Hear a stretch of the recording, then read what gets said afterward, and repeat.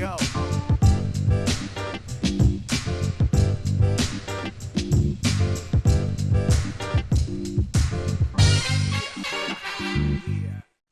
Censorship.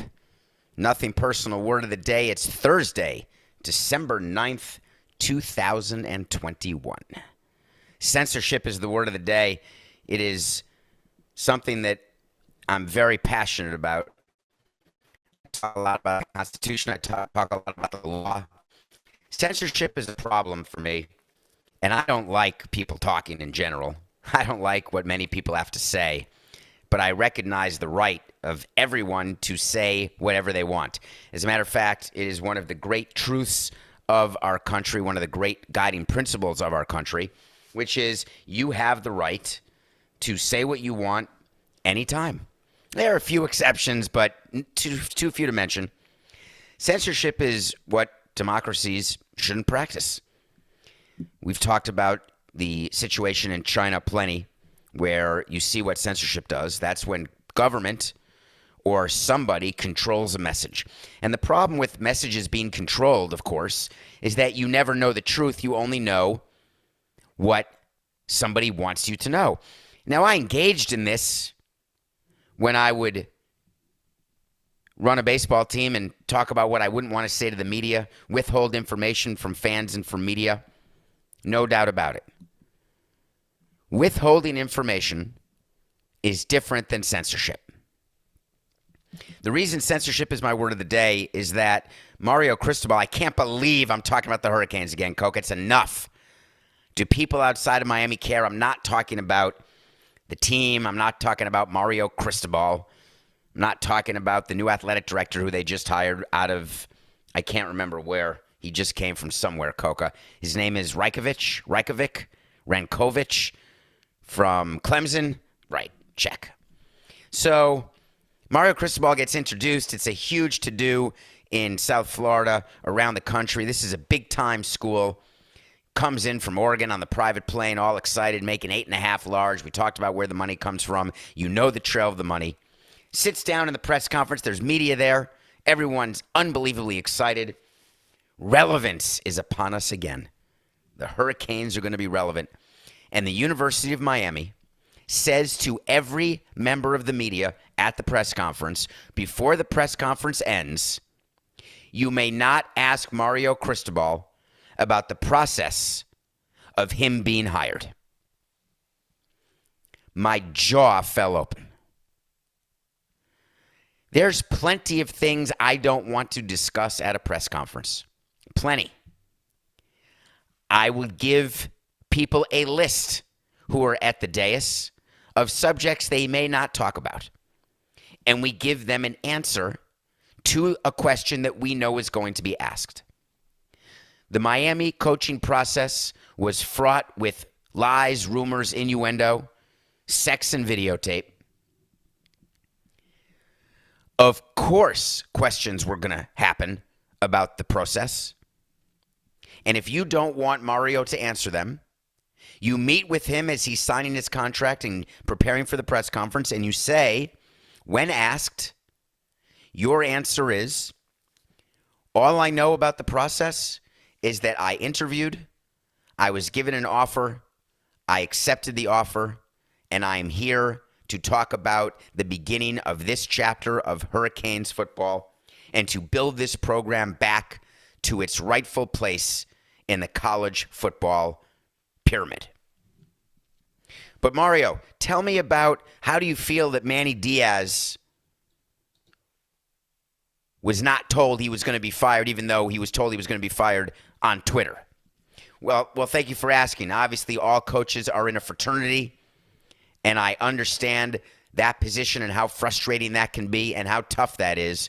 But when we sign up to be coaches, sometimes you get the jobs, sometimes you lose the jobs. I wish Manny nothing but the best, and I look forward to returning the Hurricanes to their rightful place in the college football pyramid.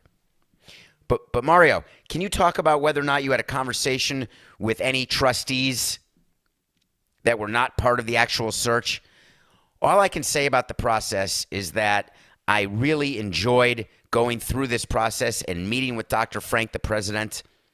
and reconnecting with this great university where I was a player. And I'm so excited to return the Hurricanes back to the rightful place in the college football pyramid. Mario, I got a quick question for you. Was there ever a time that you thought that you didn't know who to talk to about who was actually doing the hiring? Well, I appreciate that, but I always knew who was talking to me, and I was entertaining calls whenever they would come because I knew that I wanted to interview and I wanted to return back to the Hurricanes where I can help return them to their rightful place in the college football pyramid. You understand what I'm getting at, right? When you are a university and you want to be a top academic institution, you can't censor what the media asks you at a press conference. Why would the Hurricanes actually think to do that? Where did that directive come from? Here's how it works. When there's going to be a press conference announcing a new coach for a big-time college program, the president of the university gets very involved. The head of communications of the university gets very involved. And even when there's no athletic director, you are still dealing with the C-suite level at the organization. Whether it's a university or a company or a sports team, it doesn't matter. The head of communications does not make a decision to say something to writers about a press conference without alerting his GM or his AD or his president or his owner what he, she, or they are going to say to the media. What the rules of engagement are is what P.J. Loyola used to say. Which means that the top of University of Miami, for whatever reason, was so scared about Mario Cristobal's answers, which means either they didn't have time to prepare him or they did prepare him and they didn't think it worked. Because if you properly prepare someone who's going to talk to the media and properly train them, then there is no question that is off limits.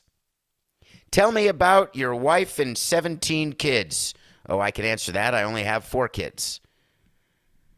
Any sort of rumor, innuendo, falsity, anything you can be prepared for if you know how to bridge. If you're going to be the coach of a big-time university, you know how to bridge. If you're going to be a big-time university, you cannot practice censorship. It is so dangerous what Miami did that it made me absolutely crazy. Does that mean that they are now going to censor things that happen on campus? Or are they going to say this is a one-off because the hiring process was such a clusterfuck that we just want to get it behind us? We don't want anyone even mentioning it. But then someone's going to mention the fact that they couldn't mention it, which gives the story even more legs. It's PR 103. When you've got a story that you don't like, when you've got a story that you're afraid of, you nip it in the bud. You don't let it have legs is the expression. You don't let it become a story for another cycle, another day, another 3 days. You get right on to the next story, which is building your program, building your team, building your company, whatever the case is that required the change to be made. You bridge right to this new beginning, another new beginning.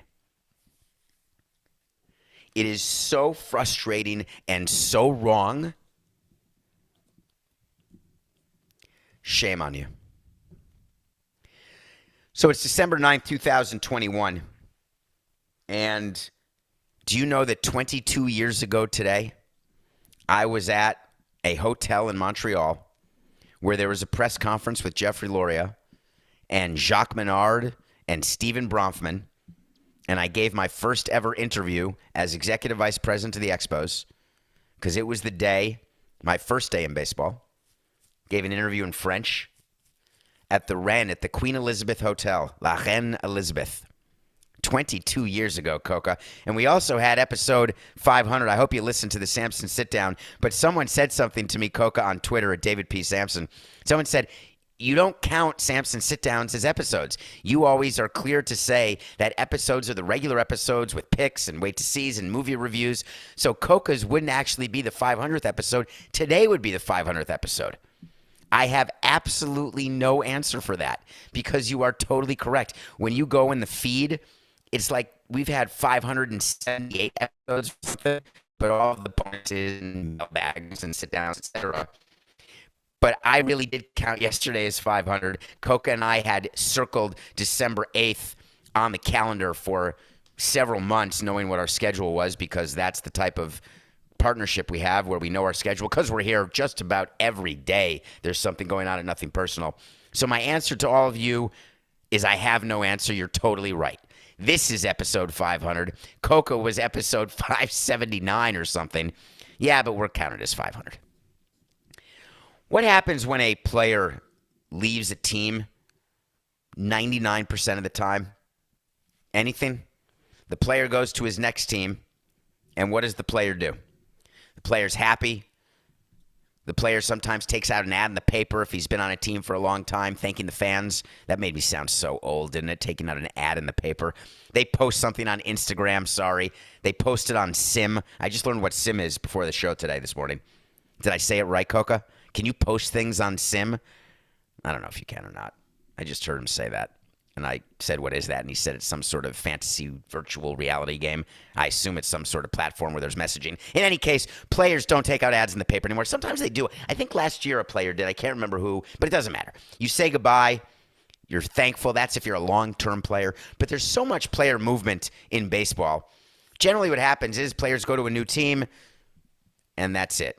They welcome themselves to the new team. Maybe they change their thumbnail portrait to them in the new uniform, whatever they do. It is very rare for a player to go scorched earth on his old team.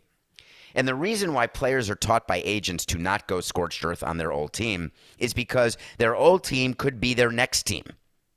So you do not want to limit your potential dancing partners. It's like going to your prom. You have no date. There's 30 people without a date.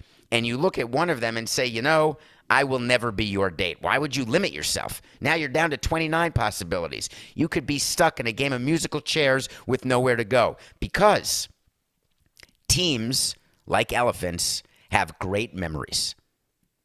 I know every player who walked out the Marlins door and said something negative about the Marlins, whether it was A.J. Burnett or Heath Bell or Jeff Baker, whoever it is, doesn't matter. We listen, we keep track. And if you are a mediocre player, keep your mouth closed. I'm talking about Clint Frazier. Clint Frazier was a New York Yankee.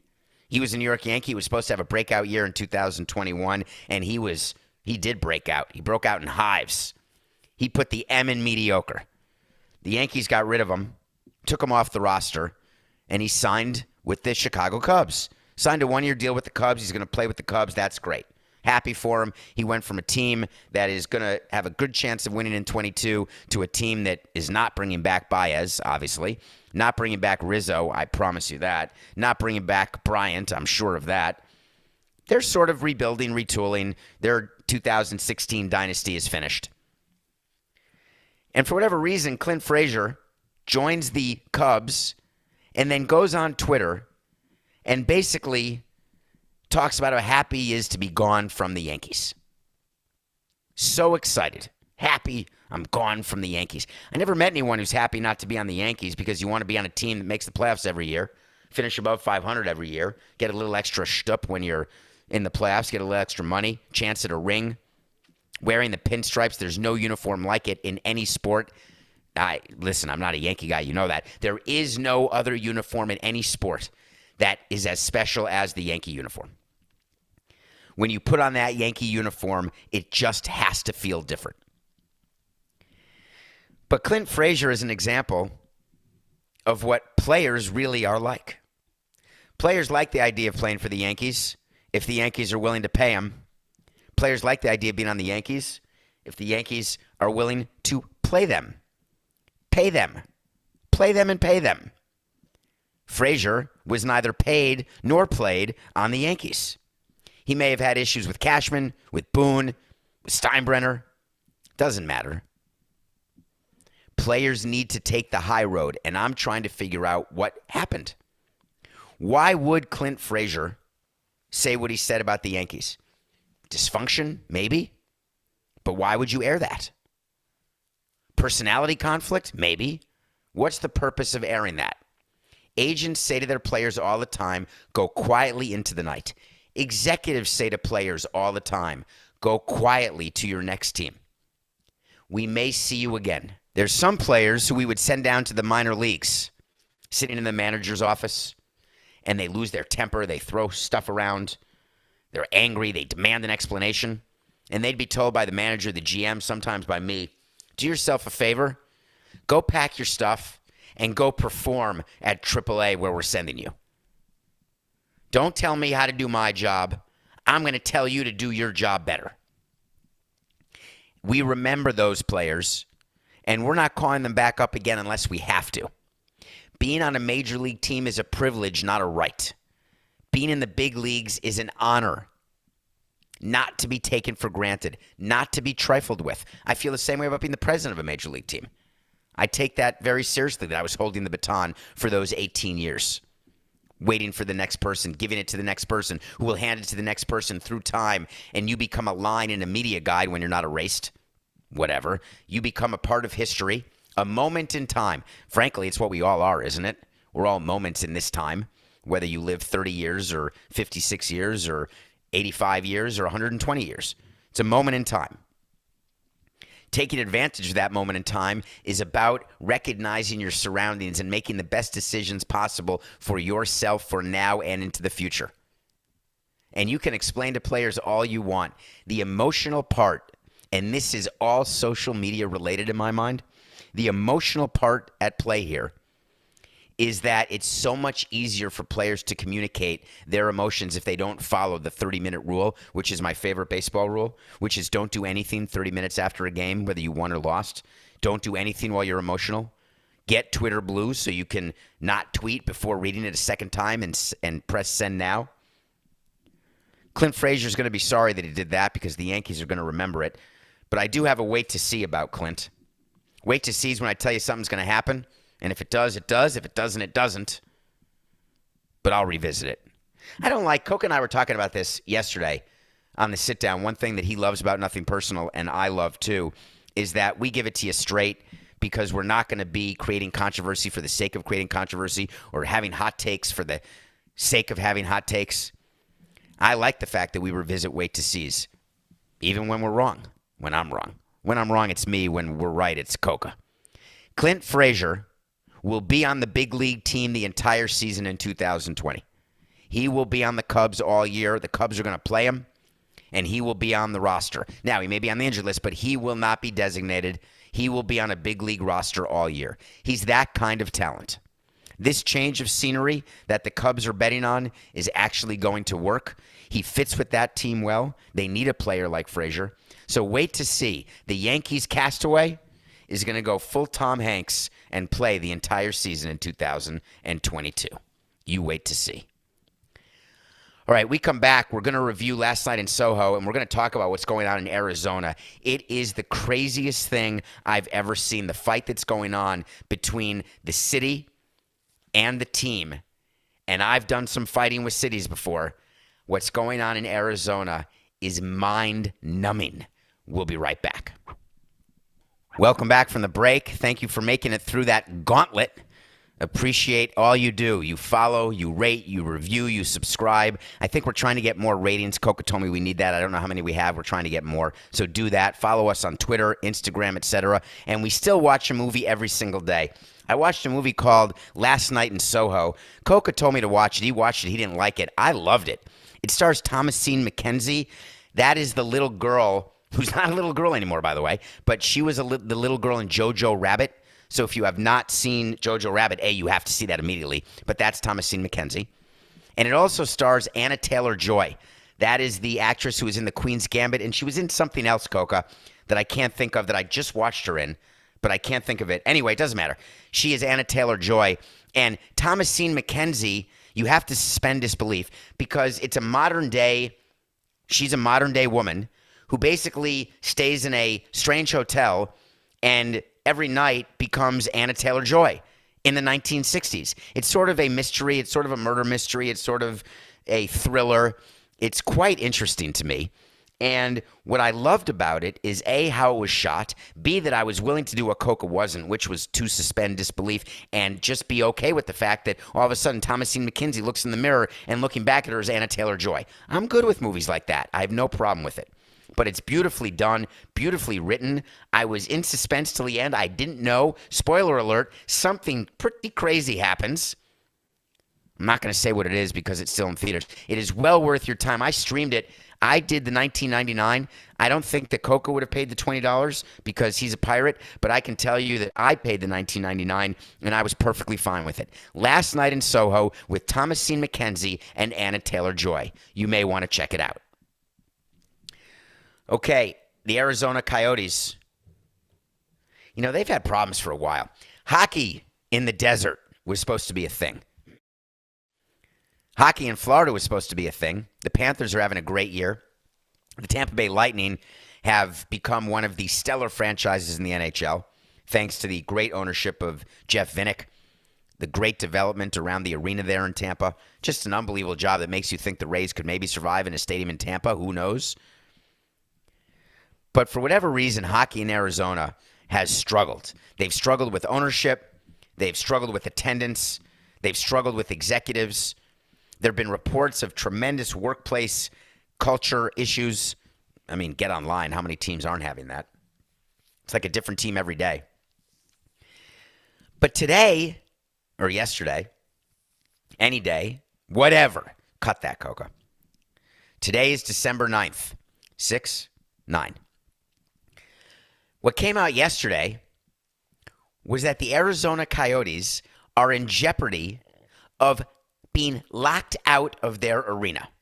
And I don't mean a lockout like when management locks out the union, which is what's happening in Major League Baseball. I'm talking about the city of Glendale, which runs the arena in Arizona, in Glendale, is saying, you owe us money. If you don't pay us the money you owe us, we are locking the doors and you will not be able to play hockey games in this arena, number one. Number two, you will not be able to go to your offices. You're in sales, you're in finance, you're in marketing. We're shutting down your admin offices. Number three, all the vendors who come by the ballpark, by the arena, forget about it. We're shutting you down. They're being evicted. You've heard of evictions, right? When you don't pay your rent? Guess what? The Wile E. Coyotes are not paying their bills. They owe back taxes. They owe rent and other fees. It's like over $1 million. And they're not paying. And so the landlord said, we've given you ample opportunity. If you don't pay by December 20th at 5 p.m., you're done. Here's how the phone call goes.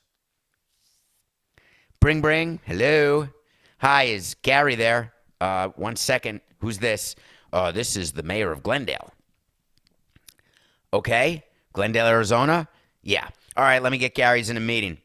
Hey, Gary, do you want to take this call from Glendale? No, not really. It can't be good. Nothing good comes out of Glendale. Nothing.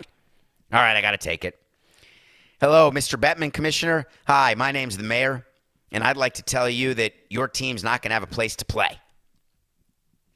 Consider yourself warned.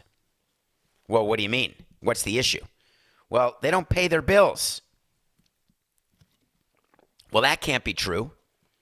We're on top of these things. We know what our teams are doing. We're very aware of the financial situation. Hold on 1 second. I'm going to call the owner. I'll be right back to you. Hey, quick question. Yeah, it's me. What's your plan exactly? If you don't pay this by December 20th, you know what happens? Just as a little hint, if you can't play your game, you are in violation of your franchise agreement, and I can take your franchise for nothing. You'll get $0. Would you pay your bills? Well, you know, Gary, we're trying to negotiate that right now, and we're trying to consider moving to Houston. I know that you know that we're doing that. You know, we've promised everyone we're not. You know what? I don't want to hear it. You're going to give a statement right now that you're not moving. You're going to give a statement this second that you're not selling. I don't want to deal with this Coyotes issue right now. And you're going to pay the $1.3 million by December 20th. Are we clear? Are we clear? The Coyotes put out a statement.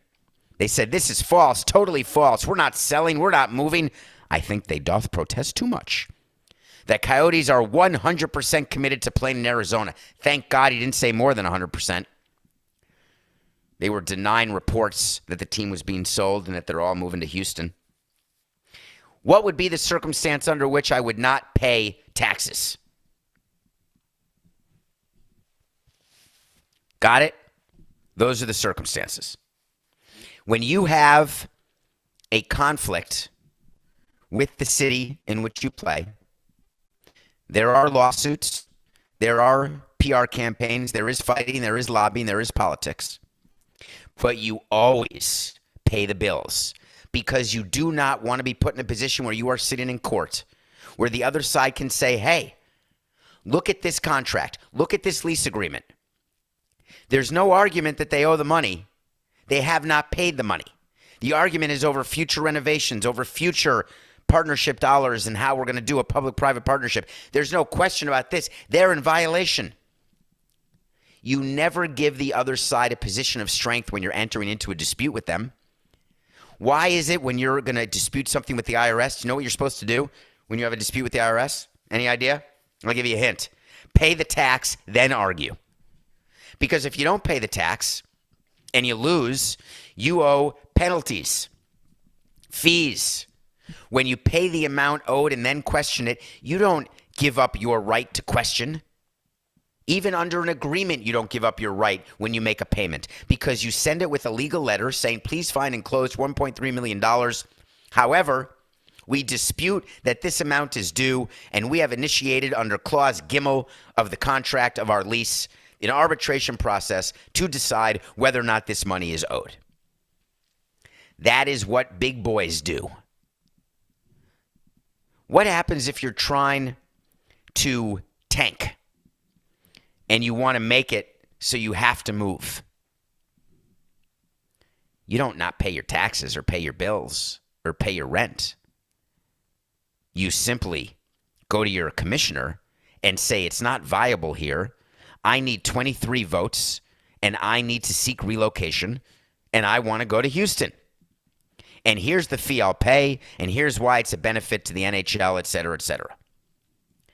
Because if, in fact,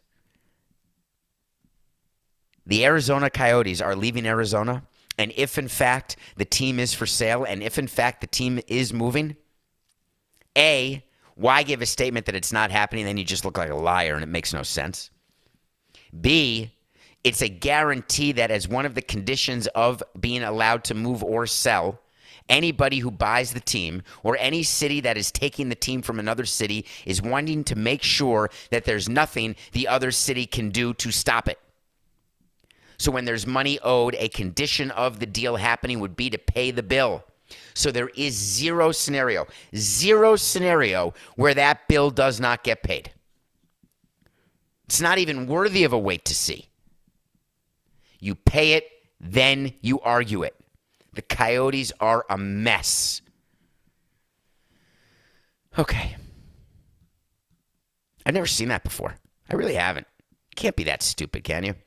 Nothing personal pick of the day. 2 days ago, we had the Lakers over the Celtics by 2.5. We won that one. The Lakers won by 15. We are 164 and 148 on December 9th. 16 games over. I'm going to give you 3 picks, all football. Thursday, Sunday, Monday. For tonight, then for Sunday, and then for Monday night. Ready? How is it the Steelers are getting 3 points against the Vikings? Did you watch the Steelers-Ravens game? Oh, the Ravens are terrible, right? That's how the Steelers won 20-19, or the Ravens won 19-18, or whatever the final score of that game was. Who can remember? It was a week ago. That spread's too big. Big Ben's got this. There's just something about the Vikings that doesn't sit well with me. Steelers +3. That's the Thursday night game. Sunday, I'm going with the Sportsman of the Year. The Sportsman of the Year. Tom Brady. He's sort of the sportsman of every year, right? He is the favorite. I just read this today, Coca. Brady is the odds-on favorite to win the MVP. And he is 71 years old. Incredible. They're giving 3 points to the Bills, and I can't figure out why it's only 3. You're going to say it was the wind at Orchard Park that caused that ridiculous game? I don't remember what game it was. I think it was Monday night against the Pats. Remember that? When the Bills were favored by 3 and they lost. Well, now the Bills are getting 3 from the Buccaneers, and they're only getting 3. It turns out the Bills aren't what we thought, and they're not going to be what we thought. It's way too late in the season as we head into Week 14. Bucks -3 over the Bills. Now, Monday's an interesting game. Who's the best team in football right now, Coca? Best record? Isn't it the Cardinals? I think the Arizona Cardinals have the best record in football. I can't remember, but that is my thought. The Rams are getting 2.5 points, and the Rams are no schleppers. Anytime a home team's given 2.5 points, I get the feeling that it is too good to be true. It's a give me, which means go the other way. So the 10-2 Cardinals giving 2.5, we're taking the Rams. So the 3 picks for you: Steelers +3, Bucks -3, Rams +2.5. So what we're trying to do here as we get close to the end of the year is we're trying to fatten our one-loss record. Because starting January 3rd, I think that's the first show of the new year, we're going to go back to 0-0 on the Nothing Personal Pick of the Day. I think we started this. Didn't we start this at the beginning of this year? I think we did. I think you had me start at 0. But either way, we're starting again. So I'm really going to try to fatten our picks of the day for these last couple weeks. And as I was thinking about transitioning to this next story, calling someone fat it's gauche, right? It's not nice. Sometimes there's nothing you can do. Sometimes there's a lot you can do, but you choose not to do. When the NBA season started, I was on the phone with Coca, and we were watching a bit of the first game of the season, as I recall, and it was the Mark Cuban's Dallas Mavericks.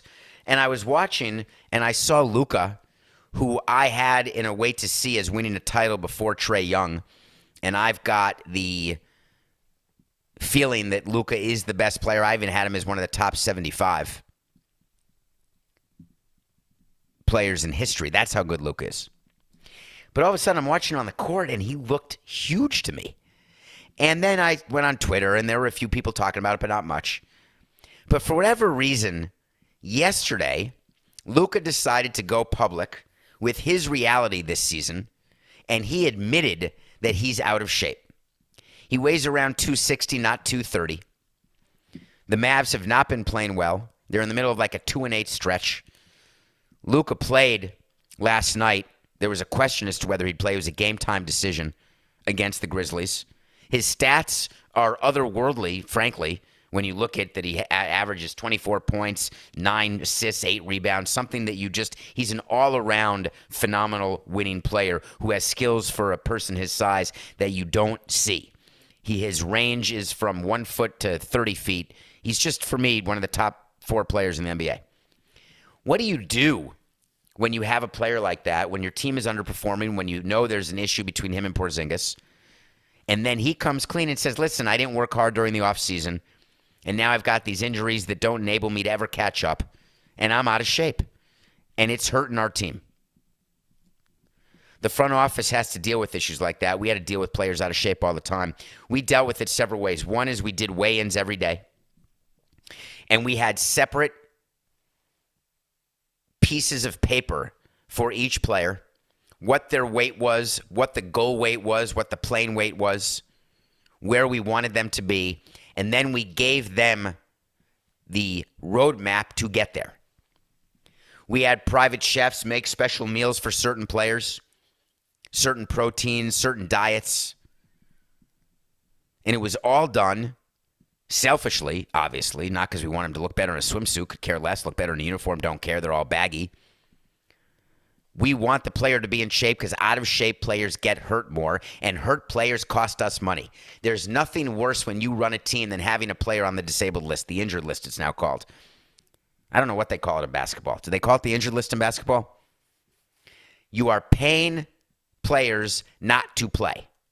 Now, some would argue it's better to pay players not to play than pay players to play badly. That just makes me look worse when you're paying players who you think are great and then they end up stinking.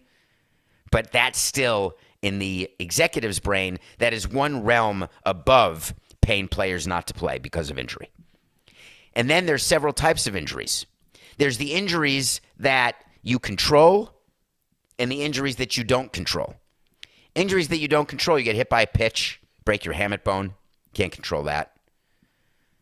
tear a hamstring, that is definitely something you control. You've got to absolutely warm up properly. You've got to take stretching seriously. You've got to do your sprints pregame. Basketball, you've got to stay in shape. You're running up and down the court. You have to lose weight and you have to be in shape. So we would go to a player and just be honest. You are fat. Here's what we're going to do for you. Why do you think the Mavericks haven't gotten Luka to lose weight yet? Well, Luka answered that question, and I was fascinated by the response. He said, I haven't been healthy enough to truly get in proper playing shape. And that's when he lost me.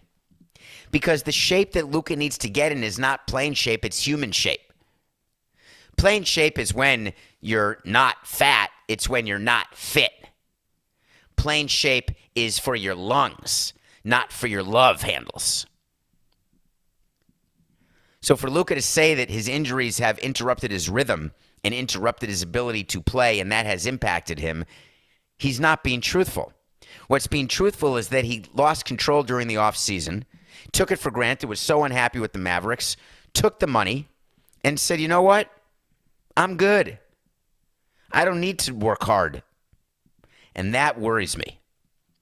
And that's the type of thing you look for in players, because there's plenty of employees, plenty of players, plenty of people who you come across who aren't the hardest workers, don't have the greatest work ethic, and sometimes they have the skill to overcome it, and sometimes it catches up to them. I had this conversation with Hanley Ramirez 1,000 times. It's going to catch up to you. Your parting ways will catch up with you. Dan Ugla. Hey, are you going to take a rest at any point? Love you, Danny. Players seem to think that they are infallible. They seem to think they can do anything, act however they want when they were 18 and still act that way when they're 25, 28, 32. You get older. You've got to work differently. You've got to work more efficiently. As a front office, it would be so frustrating to hear Luka's comments, and I felt so much for Mark Cuban, which is not something that I do often, but I felt for him because what is he going to do? At the end of the day, what stops a player from misbehaving off the court? You can't be with them 24 hours a day, 7 days a week. You have to hope that they don't just take the money and run. You have to hope that they care about winning. You have to hope that they care about themselves. You have to hope that they care about the team. And so many times, they don't. And there's not a damn thing you can do. That's how I think they feel about Zion right now in New Orleans. I think they completely regret that huge draft party they had and how excited they all were. Remember that? When they got the number one pick, when they won the lottery, they were taking Zion. John Morant went second. Zion's played in about half the games that he's been eligible to play in. Hasn't played in a game this year. And now there are rumors that he weighs about 3.5 bills, which is outrageous for a basketball player to weigh, who's not very tall. Zion's not very tall. And you wonder why Zion has hurt feet. You try carrying around 330 lbs every day up and down the court. Remember Kareem Abdul-Jabbar in Airplane when he says to the little kid, you try carrying Walton up and down the court for 48 minutes. That's how I feel about Zion carrying himself up and down the court. So meanwhile, the Pelicans don't play. He doesn't play for them. They're having a terrible season. All of that excitement, all of the energy they put in, all of the ticket sales they wanted to make, all of the corporate deals, all of the money that they thought they were going to make and the success on the court, whoosh, out the window as quickly as you can down 2 quarter-pounders and a Big Macker. I don't know if Zion's even going to come back this year. They keep saying, oh, it's not a big injury. He's fine. He's fine. It's been 26 games. He doesn't seem that fine. He's been on the inactive list for the entire season. Inactive, that's the perfect word for what Zion is. He's completely inactive. And I'm not fat shaming him. I am pride shaming him, which is what I'm doing to Luka as well. Pride shaming is different than fat shaming. Fat shaming is not something I agree with, although I don't love it when people who are fat and could help it still eat 2 quarter-pounders and a Big Macker. But you know what? Live and let live. Do whatever you want to do. It's not my problem. Not my problem. Unless I'm the president of the team and we're paying you not to play because you're out of shape and inactive. I guess we'll see how it all goes down, don't you think? It's definitely going to go down. All right. I want to catch you up on something that happened in the Dominican Republic yesterday. Fernando Tatis was in a motorcycle accident, and he ended up just getting some scrapes, although we don't really know what happened. And somebody asked a question about it. Coca, can we get to it? I'd like to. You know what I want? I want to talk to Samson. So you want to talk to Samson. Go ahead and get in my Twitter at David P. Samson. You can do it. Ask a question. We'll get to it maybe on a mailbag, maybe on a show. Hi, David. Hi. Hope you're doing well. I am. With the reports beginning to surface about Tatis's accident, how does a team president handle a situation like this during the lockout? Well, thank you for asking the question, but first I want to talk about what happened. He was apparently riding a motorcycle, got some scrapes, whatever happened, and he's going to be fine. As a team president, I hated, and I mean hated with a capital H, when our players who were from the Dominican Republic went back to the Dominican Republic during the offseason. And don't at me from the Dominican Republic, because I know that people listen to this show there. I love the country. I went there 10 times during my presidency to look at players and watch workouts and go to La Semana, whatever the case may be. Had security with us at all times. Very unsafe to drive there. There's a lot of activity. You read about car accidents. Remember that player for the Royals, that friend of Jose's who died in a car crash in the Dominican? I'm almost positive. Remember the Royals player, Coca? I think his name starts with a Y. Yordano Ventura. Thank you, Coca. I believe that was a car crash in the Dominican, wasn't it? It's so scary because we don't know what goes on there. Cut that. I want to say that a different way. 8669. We have time. Yes, we do. 69. We know exactly what goes on in the Dominican Republic. These players are targets. They are rich. They are the targets of people who want their money. They want their time. They want to steal things from them. They want to get things from them. These are young kids with huge amounts of money that if they don't live inside barriers are at risk. Their families are at risk. There's great danger. There is terrible infrastructure, which causes an unreasonable amount of automobile accidents.